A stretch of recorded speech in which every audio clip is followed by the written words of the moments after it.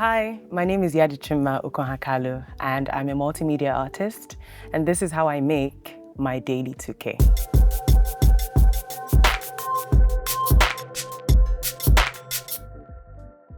How would you describe what you do? Well, I am an artist.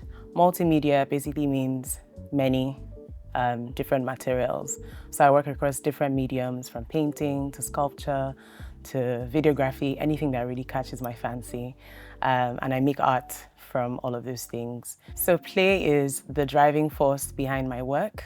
I'm often approaching things with just curiosity and a lightness, and that's what informs all the materials that I use and the experimentation that I carry out within my practice. I wouldn't say I have a specific niche within my practice because I'm constantly experimenting with different things. I think maybe something that stands out is the abstraction within my practice. So a lot of my work is abstract or surreal or bordering on something in that line. And for me, it was really about sort of answering the question of where art comes from. Like, how do you begin to build up a story and breaking those ideas and context into smaller elements, so into line, into texture, into color, and bringing those things together to play with. And for me, that just made sense, so I've continued in that way. How do you decide what to work on? And when you do, what is your work process? So I mean, for me, it's constantly changing. With the work that I make, it's a lot of times motivated by the materials that I'm looking at. So sometimes I just really like oil pastel and I like the texture on paper, I like how it feels, and then I want to make a bunch of oil pastel paintings. Or recently, with the body of work that I made called Utimpo is Coming, I was thinking a little bit more about just the socio-political context of Nigeria and wanting to add my own voice to that story. And so this masquerade comes as a response to that. So it's constantly changing. It depends on where I am within my experience and what it is that I'm absorbing from the environment. What method of practice have you found to be the most effective in improving your skills? For me, I think it's just doing it. Anything that I'm curious about, anything that I'm interested in, I try my best to just move towards actualizing that thing. I feel like when you sit on an idea too long, you sort of lose the,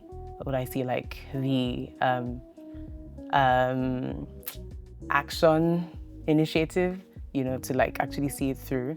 So I do a lot. I practice and I just make the thing. And down the line of the experience of making that thing, then I can adjust, I can sort of reframe, I can question it. And yeah, doing the work is always the solution for me. What was the first artwork you ever sold, and what was your breakthrough moment? The first artwork I ever sold was at my first exhibition called A Woman in Bloom. It was a group exhibition held at Freedom Park, and I had done a bunch of collages that were basically pictures of myself, of my friends, and digital images I had sourced from the internet. I was just learning Photoshop at that point, so collaging was like the thing for me. And that was a really, really cool experience. But as far as breakthrough moment, I think it didn't come until 2 years after my initial exhibition when I finally had my first solo exhibition. And that was really important for me because I think for the first time I really felt myself commit to something, really, really work hard at something and be excited about showing that thing to people. And yeah, that was really, really the point that I decided that, oh, I'm going to be an artist. This is something I'm willing to pursue. 2 years before, I was just making work because I could, not necessarily because I knew that it was the path I wanted to follow. But when I think you find yourself feeling like, the moment is purposeful, then it made sense for me. And that was my breakthrough moment, a personal one. What milestone are you most proud of in your career? Well, there have been many interesting milestones. I think for me, it's the ability to be able to share my knowledge and creativity with other people. I've done that through workshops, I've done that through volunteering, working with children. I've done that through mentoring for the first time actually this year. And it's just so amazing to see myself be able to impart knowledge and experience to people, especially coming from being a self-taught person. And yeah, I look forward to doing that work, more. But that's been my proudest moment, something that I'm really happy with. Did you ever have to work a day job to sustain your career? I've had to work a day job to sustain my career. At the moment, I'm not doing so, but starting at the beginning of my career, I worked as a graphic designer, and I still have that skill. And then moved into freelance. I would do brand stuff, I would make logos, I do illustration, I make music album covers and all of that stuff. I think as an artist, you really need to be realistic about what funds this passion of yours, and being realistic is easy as just assessing the fact that paintbrushes cost money, paint costs money, your canvases cost something, and something has to be able to afford those things. So it's been very interesting to have that career beside my actual practice, and yeah, also interesting to see how my own art can even just sustain itself. But yeah. With earning a living as an artist, it can happen in multiple ways. I've done it through collaborating with fellow artists or clients, working on special projects, say by making clothes, by making merchandise. I think a major way for artists to definitely make money is by having exhibitions. So having shows that happen in galleries or museums, depending on where it is that you find yourself, and then you sell off those pieces. That's sort of the easiest way. But I think it's very important to assess all the different ways that you can express what it is that you're doing and bring it to the world in different ways. So I've tried merchandise, I've tried clothing, I've tried tableware, I've tried books, just as anything that I feel like my art can be replicated on, and I try to make sure to experiment with that. And yeah.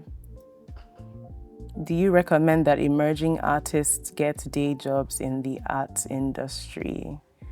I think it just helps to be truthful about where you are and where it is that you want to go. If you have a clear vision of, okay, this is where I am, this is what I can afford, this is what it takes to achieve this artwork in my head or this idea in my head, then you can sort of assess what it is that you need to do to fund that lifestyle. I think a lot of artists have made it without having day jobs. And I think a lot more have had to have a second practice beside their career. And it's really helpful because then if your expectation for sustenance and survival is fully, dependent on what it is that you're passionate about, it can cause a lot of tension and strain and maybe sometimes frustration.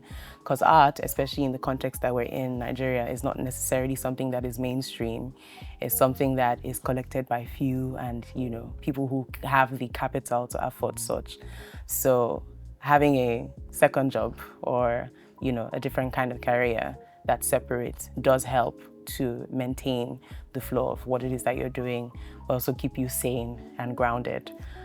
However, if you find yourself, able to wing that without a second thing, then go ahead. How do artists go about organizing their exhibitions? What does an artist need for a successful exhibition? You first need to make the work, I think, is the first thing you need for an exhibition.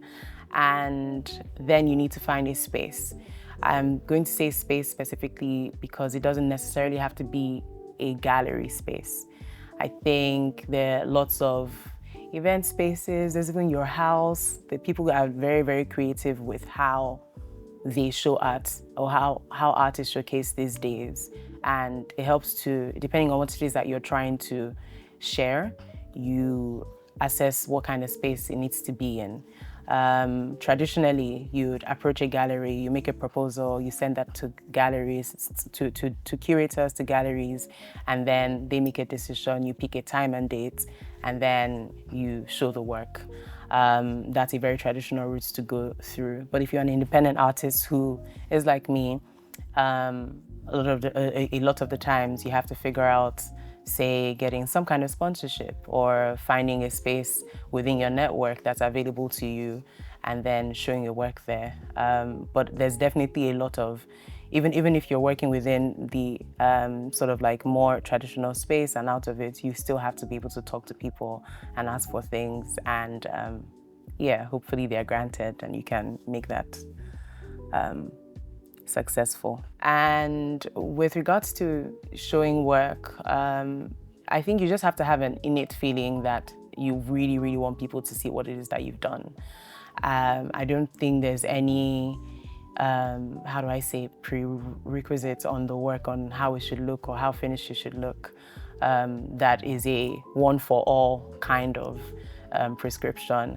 So if you get to the point of making and you're like, oh, you really want to share this experience with other people, then I think it's ready to be shown. With how you improve on the skill of the thing or how you sort of refine your talent, that comes with time. And the more you show, the more you get feedback, the more you have conversations around your practice, the better it gets. What are key mistakes you see young artists make? I don't know if I've seen any young artists make like any big mistakes, but what mistakes did I make? I think it's not asking for help. I used to be very, very shy about asking for help, and I would say talking to people who knew the stuff or like had experience before me. And I think that's something I would advise young artists to just break out of. Like, it doesn't matter. People might be in good moods or bad moods. It doesn't matter. Just ask and never feel like it's too difficult a task, because you never know who will say yes and who also has the opportunity to give you what it is that you need at the time. What are the misconceptions people within and outside the industry have about artists? I think one is that people often sort of assume that artists are not structured.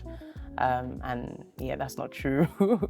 I think, yes, there is a lot of time that is managed personally. It's not a 9 to 5, but there is a method to the madness with each artist, with all the artists that I've been exposed to and myself.